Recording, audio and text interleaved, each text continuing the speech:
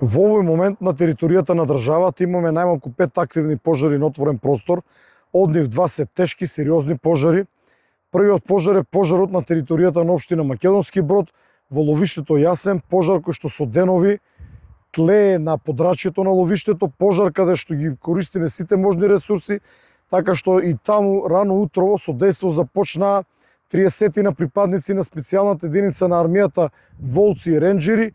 Исто така се присутни екипи на национални шуми, екипи на јавното предпријатие Јасен, како и екипи на противпожарната бригада на градот Скопје.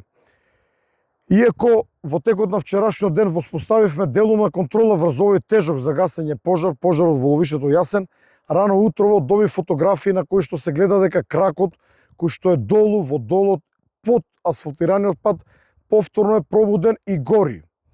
Стратегијата е на наредното место каде што има мала вегетација, односно еден гребен, кап през гребен, истиот да биде пресретнат и овде да биде конечно стопиран.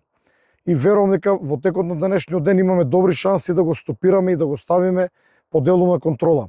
Вториот тежок пожар е пожарот на територијата на општина Јагуновце во атарот на село Јажинце. Пожар кој што исто така неколку пати го ставаме под контрола, но повторно се буди. Вчера овој пожар беше изгаснат целосно, за жал некаде по настапување на ноќта истиот се разбуди и покри тоа што со пешадинско гасење некаде после полноќ до 2-3 наутро успеавме да изгасиме една линија од подолга од 1 километар. Сепак утрово повторно се пробуди кракот кој што гледа во насока на Шар планина. Така што представуваше и се уште представува закана за некои од овие села, но на самиот магистрален пат кој што од Тетово води кон граничниот премин Јажинце се поставени возила кои што доколку огнот дојде до патот ќе биде сопрен. Но верувам дека ќе успееме во намерата да го сопреме и претходно. Овде зад мене имаме едни охрабрувачки вести. Пожарот поминал низ оваа борова шума, но како што може да се забележи, боровите се неоштетени, односно пожарот горел ниско по земја. Овде е пресретнат. За секој случај да не дојде до префрлање, овде во текот на вчерашниот ден изработивме противпожарни пресеки, односно противпожарни појаси, како што може да се види со земјана подлога каде што нема вегетација.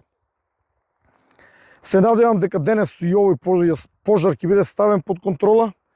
За жал, вториот активен крак на овој пожар се движи кон територијата на градот Скопје, поточно кон селото Дворце.